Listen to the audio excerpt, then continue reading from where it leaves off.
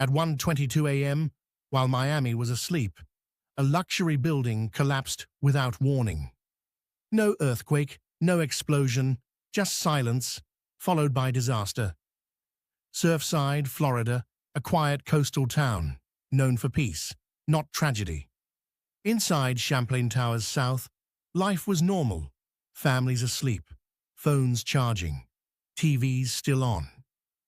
No one knew this would be the last normal moment of their lives. Security cameras captured something terrifying, something no one noticed in time. The ground beneath the building began to fail, slowly, silently. And then, in less than 10 seconds, half the building collapsed straight down.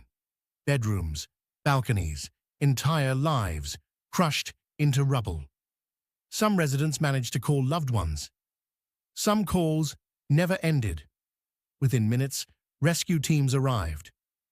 Firefighters, police, volunteers, thermal cameras scanned the debris. Rescue dogs searched for life. But the rubble was unstable.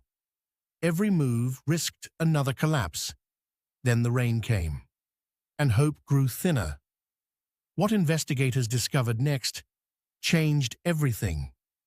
Years before the collapse, engineers had warned of severe structural damage. Cracked concrete, rusted steel, water damaging the foundation. The building wasn't silent. It was screaming for help. Major repairs were planned, but delayed. Because of cost, because of time, because of decisions. Fixing the building was expensive. Ignoring it was deadly. 98 people lost their lives. Families waited weeks for answers. Some waited for closure. That never came. Miami stood still.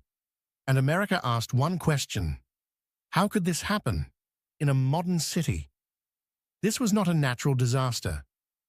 It was preventable. Buildings don't collapse suddenly. They fail slowly when warnings are ignored.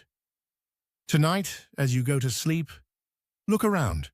What warnings are being ignored near you?